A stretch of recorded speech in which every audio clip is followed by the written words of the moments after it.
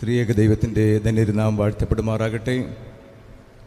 ഏറ്റവും ബഹുമാനപ്പെട്ട എൻ്റെ വന്യ ഗുരുനാഥനും കൂടിയായിരിക്കുന്ന ബഹുമാനപ്പെട്ട എം പി ജോർജ് കോറപ്പിസ്കോപ്പ അച്ഛൻ, എൻ്റെ കൂടെ ആയിരിക്കുന്ന ബഹുമാനപ്പെട്ട അലനച്ഛൻ, ഇടവകയുടെ ട്രസ്റ്റിമാരായിരിക്കുന്ന ബഹുമാനപ്പെട്ട ബാബുജി സാർ, ബഹുമാനപ്പെട്ട എ ബി സെക്രട്ടറി ബഹുമാനപ്പെട്ട സ്റ്റീഫൻ തോമസ് സാർ, ഏറ്റവും പ്രിയപ്പെട്ട കടന്നു വന്നിരിക്കുന്ന വിശ്വാസികളുടെ സമൂഹമേ, ലോകം മുഴുവനും അതുപോലെ ആഗോള ക്രൈസ്തവ ലോകവും ക്രിസ്തുമസിനെ വരവേൽക്കുന്ന വലിയ ധന്യ നിമിഷങ്ങളിലൂടെ കടന്നു പോകുന്ന സന്ദർഭമാണ്. ഇതെല്ലാം നമുക്ക് വിപണികളിലേക്ക് നോക്കിയാലും വീഥികളിലേക്ക് നോക്കിയാലും അത് നമുക്ക് മനസ്സിലാക്കാൻ തക്കവണ്ണം സാധിക്കുന്ന കാര്യവുമാണ്. ഈ സമയം തന്നെ നമ്മുടെ പരിശുദ്ധ ദേവാലയവും ബഹുമാനപ്പെട്ട ബാബുജി സാറ് മുന്നമേ പറഞ്ഞതുപോലെ മലങ്കരയിലെ ഒരു പള്ളികളിലും ഇല്ലാത്ത വിധത്തിലുള്ള ഒരു ക്രമീകരണമാണ് ഈ ദേവാലയം നിർവഹിക്കുന്നത്. കഴിഞ്ഞ ഡിസംബർ മാസം 1-ാം തീയതി മുതൽ ആരംഭിച്ചുകൊണ്ട് ഇന്ന് വെളുപ്പിന് വരെ നമ്മുടെ ഇടവക അംഗങ്ങൾ ഭവനങ്ങൾ സന്ദർശിച്ചുകൊണ്ട് യേശുദമ്പുരാൻ്റെ തിരുജനനത്തെ പ്രഘോഷിക്കുന്നതായിരിക്കുന്ന ക്രിസ്മസ് കരോൾ നിർവഹിക്കാൻ തക്കവണ്ണം ഇടയായി. ഇത് ഹൃദയത്തിൽ ഏറ്റെടുക്കുവാൻ തക്കവണ്ണം ഇതിൽ പങ്കെടുത്തവർക്കും അതിൽ സന്നിഹിതരായവർക്കും ആ ഭവനങ്ങൾക്കും സാധിച്ചു എന്നുള്ളതും എടുത്തു പറയേണ്ട ഒരു കാര്യമാണ്. ഇതൊരു ഹെർക്കൂലിയൻ ടാസ്ക് ആണെന്നുള്ള കാര്യത്തിലും സംശയമില്ല. കഴിഞ്ഞ വർഷം ഞാൻ 14 ദിവസങ്ങളോളം ഈ സംഘത്തിലൂടെ പൂർണ്ണമായും സഞ്ചരിക്കുകയും എന്നാൽ അതിൻ്റെ തണുപ്പും മറ്റു കാര്യങ്ങളും ഏറ്റതിൻ്റെ ഭാഗമായി 2 മാസത്തോളം സക്രിയ പുരോഹിതൻ്റെ കാര്യം പറഞ്ഞതുപോലെ തമ്പുരാൻ മിണ്ടാതിരിക്കാനോട് ആവശ്യപ്പെടുകയും ചെയ്തു. കഴിഞ്ഞ വർഷം ഈ സമയം എനിക്ക് സംസാരിക്കാനായിട്ട് സാധിക്കാത്ത സന്ദർഭമായിരുന്നു.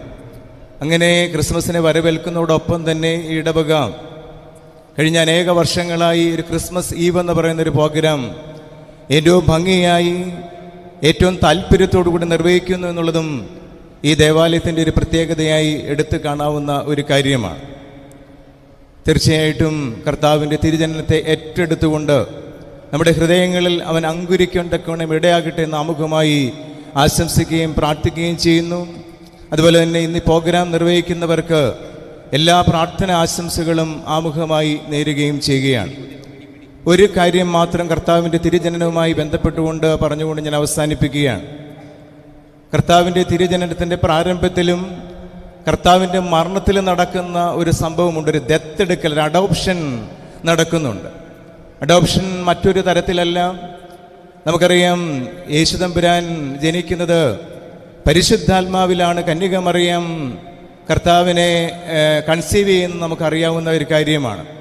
ഇങ്ങനെ വിവാഹം നിശ്ചയിക്കപ്പെട്ടിരിക്കുന്ന ഈ കന്യകയ്ക്ക് ഗർഭോത്പാദനം ഉണ്ടായിക്കഴിയുമ്പോൾ അദ്ദേഹത്തെ കല്യാണം കഴിക്കാനിരുന്നതായ യോസഫ് ഗൂഢമായി ഇവളെ ഉപേക്ഷിക്കുവാൻ തക്കവണ്ണം തീരുമാനിക്കുകയാണ്. അങ്ങനെ ഇരിക്കുന്നതായ സന്ദർഭത്തിലാണ് സൂബോറയുടെ അനുഭവം ഉണ്ടാകുക. സ്വർഗീയ ദൂതനായിരിക്കുന്ന ഗബ്രിയേൽ മാലാഖ സ്വപ്നത്തിൽ യോസഫിൻ്റെ അടുക്കൽ വന്ന് കടന്നു പറയുകയാണ്, അവൾ ഗർഭവതിയായിരിക്കുന്നത് പരിശുദ്ധാത്മാവിനാലാണ്, അവളെ നീ ചേർത്തുകൊള്ളാനായിട്ടുള്ളതായ ആവശ്യം പറയുകയാണ്. ഈ സമയം യോസഫ് അവളെ ഒരു അഡോപ്റ്റ് ചെയ്യുന്ന അനുഭവം ഉണ്ടാക്കി, ദത്തെടുക്കുകയാണ്. കന്യക മറിയാമിനെ മാത്രമല്ല, യേശു തമ്പുരാനെയും ദത്തെടുക്കുന്ന അനുഭവത്തെ നമുക്ക് കാണാനായിട്ട് സാധിക്കുകയാണ്. ഇത് പറയുമ്പോൾ മാത്രമായിരിക്കും, ഞാനിപ്പോൾ ഇത് പറയുമ്പോൾ മാത്രമായിരിക്കാം ആ തിരുകുടുംബത്തെക്കുറിച്ച് ഇങ്ങനൊരു ചിന്ത നമുക്ക് ഉണ്ടാകാനുള്ള സാധ്യത. അവിടെ യോസഫ് പിതാവായും കന്യക മറിയം അമ്മയായും അതുപോലെ തന്നെ യേശു കുഞ്ഞ് മകനായും നമ്മുടെ ഉള്ളത്തിൽ പ്രതിഷ്ഠിച്ചിരിക്കുന്ന അനുഭവമുണ്ട്. ഇത് തന്നെ കർത്താവിൻ്റെ മരണത്തിലും സംഭവിക്കുന്നുണ്ട്. മരണത്തിൽ മറ്റൊന്നല്ല സംഭവിക്കുക, കർത്താവിൽ ക്രൂശിൽ മരിക്കുവാൻ തക്കവണ്ണം കിടക്കുന്നതായ സന്ദർഭത്തിൽ കർത്താവിൻ്റെ 7 മൊഴികൾ പരിശോധിച്ചു കഴിഞ്ഞാൽ അതിലൊരു മൊഴി വളരെ പ്രസക്തമാണ്. കർത്താവ് തൻ്റെ അമ്മ അനാഥയായി പോകുമെന്നുള്ളതായ ഭയപ്പാടോടുകൂടി തന്നെ യോഹന്നാനെ നോക്കിയിട്ട് പറയുകയാണ്, യോഹന്നാനെ ഇതാ നിൻ്റെ അമ്മ എന്ന് പറഞ്ഞുകൊണ്ടൊരു ഭരമേൽപ്പിക്കൽ നടത്തുകയാണ്. തിരിച്ച് അമ്മയോട് പറഞ്ഞു, ഇതാ നിൻ്റെ മകൻ എന്ന് പറഞ്ഞുകൊണ്ട് യോഹന്നാനെ ഭരമേൽപ്പിക്കുന്ന ഒരു ദത്തെടുക്കൽ നമുക്കവിടെ കണ്ടെത്തുവാൻ തക്കവണ്ണം സാധിക്കുകയാണ്. അപ്പോൾ തീർച്ചയായിട്ടും നമ്മൾ മനസ്സിലാക്കേണ്ട ഒരു കാര്യം എന്ന് പറയുന്നത്, രക്തബന്ധങ്ങളിലൂടെ മാത്രമല്ല നമ്മുടെ ബന്ധങ്ങൾ സൃഷ്ടിക്കപ്പെടുക എന്നുള്ളൊരു വലിയ ഒരു സുവിശേഷം കൂടെ ഇവിടെ രേഖപ്പെടുത്തുവാൻ തക്കവണ്ണം ഇടയാകുകയും, കർത്താവ് ജനിക്കുന്നത് ഒരു കല്ലടാവിലെ ഒരു സാധാരണ കാലിത്തൊഴുത്തിലാണ് എന്ന് നമുക്കറിയാം. ആരുടെയോ കാലിത്തൊഴുത്തിലാണ് കർത്താവ് തൻ്റെ തിരുജനനം നിർവഹിക്കുക. കർത്താവിൻ്റെ മരണം നടന്നതിന് ശേഷം കർത്താവിനെ അടക്കുന്നത് ആരുടെയോ ആയിരിക്കുന്ന ഒരു കല്ലറയിലാണ്. ഇതിൻ്റെ ഇടയിലുള്ളതായ 33 വർഷത്തെ ജീവിതം പരിശോധിച്ചു കഴിഞ്ഞാലും മറ്റ് അനേകം പേർ ആലംബഹീനരായിരിക്കുന്ന, അല്ലെങ്കിൽ ആരുമില്ലാത്തവരുടെ എല്ലാമായി തീരുന്ന ഒരു കർത്താവിനെയാണ് നമുക്ക് കാണുവാൻ തക്കവണ്ണം സാധിക്കുക. തീർച്ചയായിട്ടും അനേക വ്യക്തിത്വങ്ങൾ നമ്മുടെ മുമ്പിൽ ഈ നൂറ്റാണ്ടിൽ തന്നെ ഇതുപോലെ അനേകരെ ദത്തെടുക്കുന്ന അനുഭവത്തെ കാണാനായിട്ട് സാധിക്കും. മദർ തെരേസയെക്കുറിച്ചൊക്കെ മനസ്സിലാക്കുമ്പോൾ, മദർ തെരേസയെ സർക്കാർ പിടിച്ചു കെട്ടുവാനായിട്ട് തക്കവണ്ണം കടന്നു വരുമ്പോൾ, മദർ തെരേസ ഒരു ആശുപത്രിയിൽ ഇരുന്നു കൊണ്ട് ഒരു അക്രൈസ്തവനായിരിക്കുന്ന വ്യക്തിയുടെ ആ വോമിറ്റിംഗ് തൻ്റെ കൈകളിൽ ഏറ്റുവാങ്ങുന്നത് കണ്ടിട്ട് ഈ മദർ തെരേസയെ പിടിക്കുവാനായിട്ട് കടന്നു വരുന്നതായ ഈ കമ്മീഷണർ തൻ്റെ തൊപ്പി ഉയരി മാറ്റി ഇവരുടെ കാലെ തൊട്ട് വന്നിക്കുന്ന ചിത്രമൊക്കെ നമ്മൾ മനസ്സിലാക്കിയിട്ടുള്ള കാര്യമാണ്.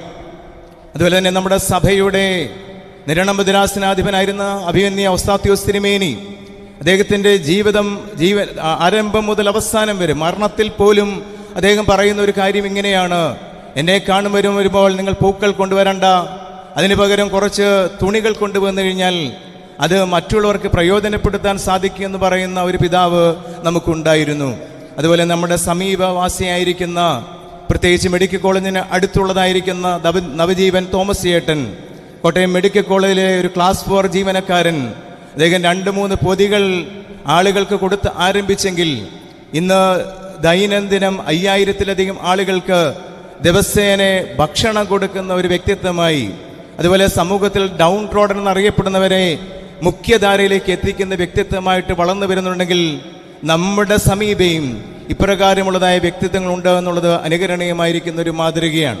അതുകൊണ്ട് തീർച്ചയായിട്ടും ഈ ക്രിസ്മസ് ഈവിൽ നമ്മൾ സംബന്ധിക്കുമ്പോൾ, ഈ തിരുജനനത്തിലൂടെ നമ്മൾ കടന്നു പോകുമ്പോൾ ആ ക്രിസ്തു കാണിച്ച അനുകരണീയമായിരിക്കുന്ന ദത്തെടുക്കലിൻ്റെ അനുഭവത്തെ ഏറ്റെടുക്കുവാൻ തക്കൊണ്ട് നമുക്ക് സാധിക്കട്ടെ എന്ന് മാത്രം ആശംസിച്ചുകൊണ്ട് എല്ലാവർക്കും അനുഗ്രഹീതമായിരിക്കുന്ന ഒരു ക്രിസ്മസ് നവവത്സരം നേർന്നുകൊണ്ട് എൻ്റെ വാക്കുകളെ ഞാൻ ഉപസംഹരിക്കും.